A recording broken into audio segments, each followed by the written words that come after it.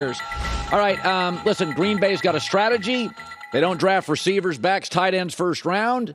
They don't reach. Jimmy Johnson told me earlier this week, the only time he failed in the draft is when he reached for offensive pieces to help an old quarterback, Dan Marino, that he had sort of a theory on how to do it.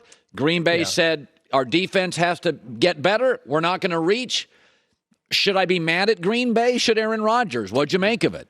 No, I mean, I think that they can win different ways if you're drafting this way. And you look at the players they're bringing in, Devontae Wyatt, the defensive tackle from Georgia, Quay Walker, the linebacker from Georgia. Those are guys who have played at a championship level the last couple of years. They've been in big games against real competition. And that would indicate that these guys are going to be able to come in and play right away for you. And that's really what Aaron Rodgers needs. Like, he doesn't need projects. If they draft like Christian Watson from North Dakota State, for example, the guy's got a lot of talent. He might be Vincent Jackson 5 years from now. But can you count on him to play for you and play a big role for you in 2022 or 2023? And so I think sometimes we hyper-focus on certain positions with these older quarterbacks when really I think the most relevant thing is getting talent in there that's ready to contribute right away. I think the Packers did that yesterday. And the other thing to mention here too, traditionally, the Packers have found their receivers in the second and third rounds. You go through it over the years. It's been 20 years since they took one in the first round. And then you look at some of their hits, Randall Cobb, James Jones, Jordy Nelson, and then Devontae Adams. All those guys were second and third round picks. You know, so Arizona trades for Hollywood Brown. And I was looking this morning. I'm thinking they got DeAndre Hopkins, Hollywood Brown, Rondale Moore, who's really athletic, A.J. Green, Zach Ertz, James Conner. And you could say, oh, they're just trying to appease Kyler. And I'm like, no, what they're telling me is they know they got to go toe-to-toe with Sean McVay and Stafford. I don't know. People think they're just trying to make Kyler happy. I don't have a problem. I mean, I look at that, and I'm like, my God, that's loaded. I mean, I think there are two things that people might miss here. Number one, they're in 3 and 4 receiver sets a lot, so they need depth at receiver more than other teams do. They struck out on Andy Isabella a couple years ago. They lose Christian Kirk. And here's the second key, Colin. When you talk about losing Kirk and striking out on Isabella, everyone who's had DeAndre Hopkins on their team, whether it's in Houston or in Arizona, knows that you have to be fast around him. He is so much more effective when you've got burners around him. That's why the Texans all those years ago drafted Will Fuller in the first round, why they had Kenny Stills on the team. You want to have speed around DeAndre Hopkins because he really can't run like a lot of the other top receivers can run. And so, this is about Kyler and it's about Cliff's scheme. But I also think it's about getting the most out of your number one receiver who you're paying $27 million a year. And I think Hollywood Brown helps you get more out of DeAndre Hopkins, which is a big thing for them. So Philadelphia goes and gets A.J. Brown from Tennessee. And I was saying, as we were preparing for the show today, I said, Howie Roseman I think he kind of senses here. The Giants did not give Daniel Jones the fifth-year option. They are going to have a little chaos in the year. Dallas, bad off season. Carson Wentz, a report this week, he's just a bridge. They were really aggressive, and I look at A.J. Brown to Jalen Hurts, and I'm like, I don't know. They haven't drafted receivers well. That felt like a big get for me for Philadelphia. Yeah, and I think it helps you get more out of Devontae Smith because they're contrasting styles. They've got Dallas Goedert at tight end. Like you said, Miles Sanders in the backfield. Their offensive line's been really good for a long time. So I think it gives you the ability to compete in the here and the now.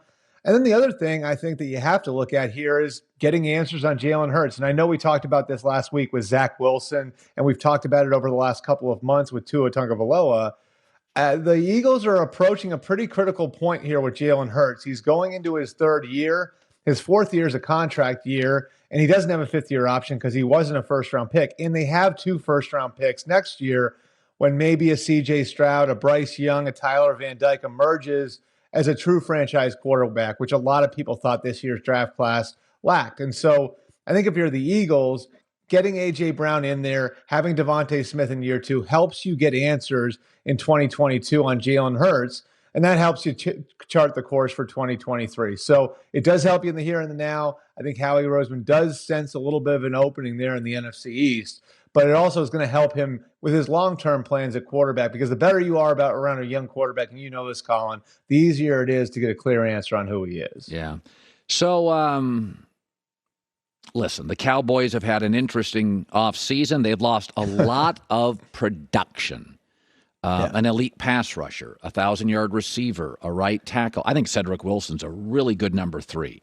And they get a guard, and they get a little defensive. I got to be honest, this morning, I think I would take Philadelphia to win that division. I don't think it's been a good offseason for Dallas. What'd you make of their pick? And Jerry was kind of defensive, showing the draft board. What do you make of it? Yeah, it didn't look like Steven was very happy with his dad when he showed that draft board. I look at it like kind of the Cowboys going back to their roots here a little bit. And, when they've been successful, and everybody's a product of their own experiences, right? Like in the 90s, how did they win? Well, they won with the triplets, but they won behind a big, powerful offensive line.